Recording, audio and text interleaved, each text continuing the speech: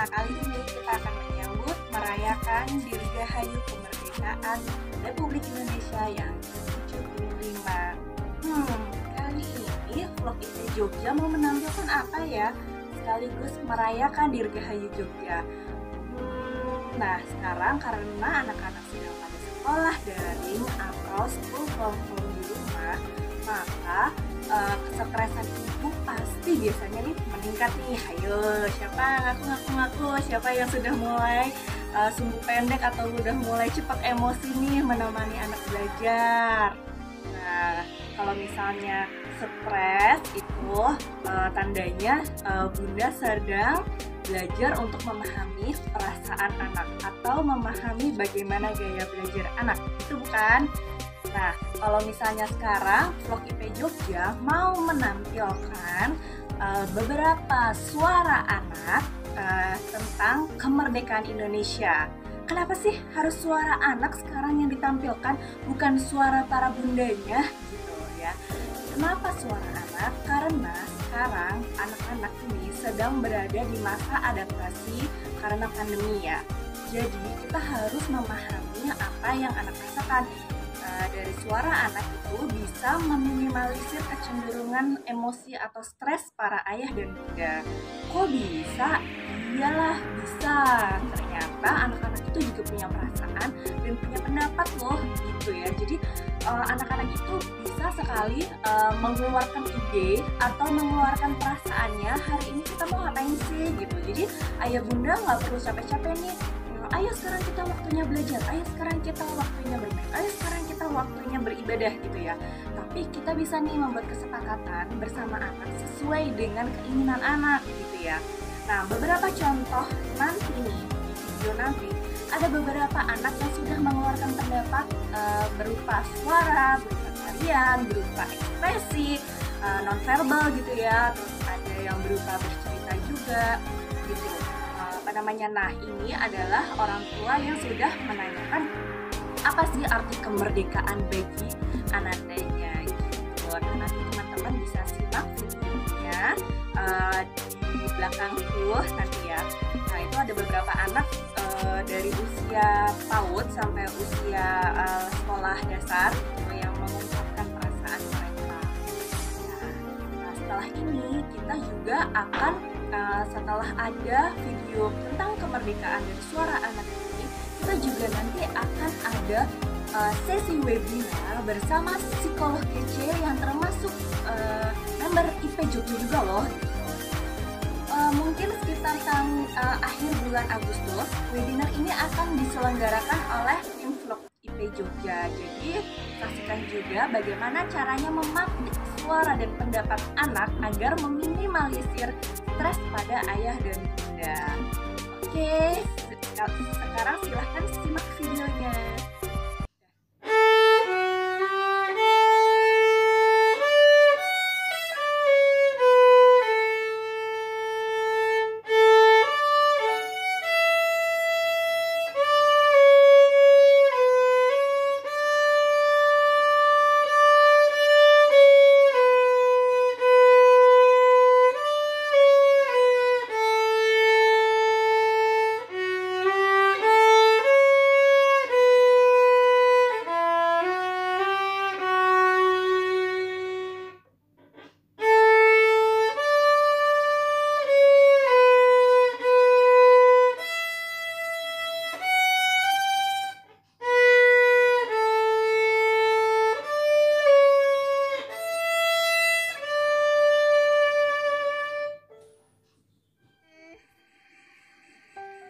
Assalamualaikum, aku tua tahu.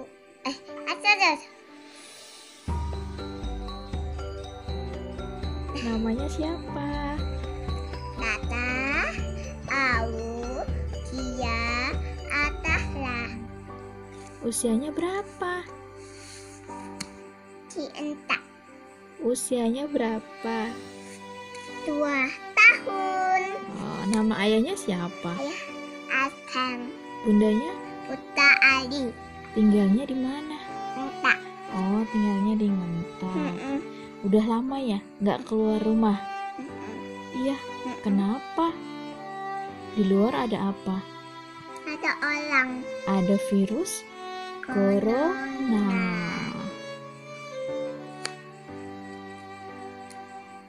Kalau virusnya udah hilang, Sarah mau ngapain? Ikut. Ikut kemana? Ikut Buta. Ikut bunda keluar. Udah kangen keluar ya? Kangen jalan-jalan. Iya. Terus mau apa lagi? Nah deket-deket deh. Mau apa lagi? Mau balik ice cream. Terus? Tokap sama strawberry. Habis itu mau apa lagi? Mau Pak pulang deh. Pulang. Terus apa lagi? Terus saya bilang kakak bye. Oh gitu. Terus kalau es krim udah, Sarah mau minta apa lagi? Nasi. Minta nasi. Minta nasi. Kok minta nasi? Ice cream udah datang kasihan kaki. Oh gitu. Halo, kenalin dong. Namanya siapa ini? Akila. Akila umurnya berapa? 4 tahun. 4 tahun. Sekolah apa, Mbak? TK. TK. Oke. Mama mau nanya ya, Mbak, menurut Mbak itu merdeka itu apa?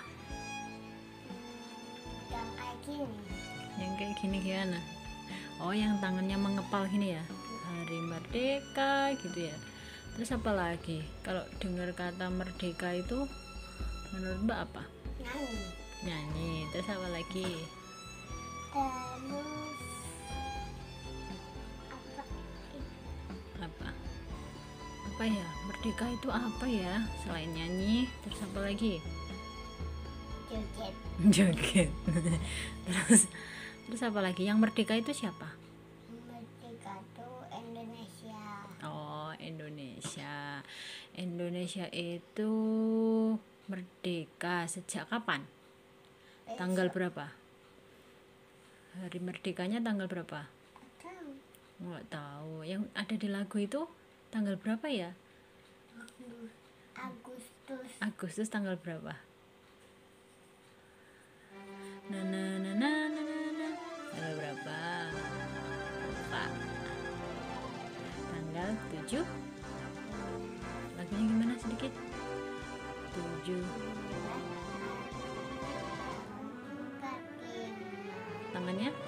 Itulah hari kemerdekaan kita. Hari merdeka nusa dan bangsa. Lupa ya? Oke, nanti kita belajar lagi ya. Dadah sama temennya. Dadah. Assalamualaikum. Biasa kalau 17 Agustusan sedang ngapain ya? Ada acara apa ya? Ada acara lomba. Lomba. Tapi tahun ini ada lomba nggak ya? Ada. Oh, nggak ada. Kasian. Kasian deh. Nah, Kakak Sofi maunya apa ya tahun ini kalau gitu kalau nggak ada lomba? Mau nari? Nari apa? Oke, kita ada 17 Agustus. Tapi sebelumnya kita buat benderanya dulu ya. Iya. Oke, tos, tos. Oke, kita mulai.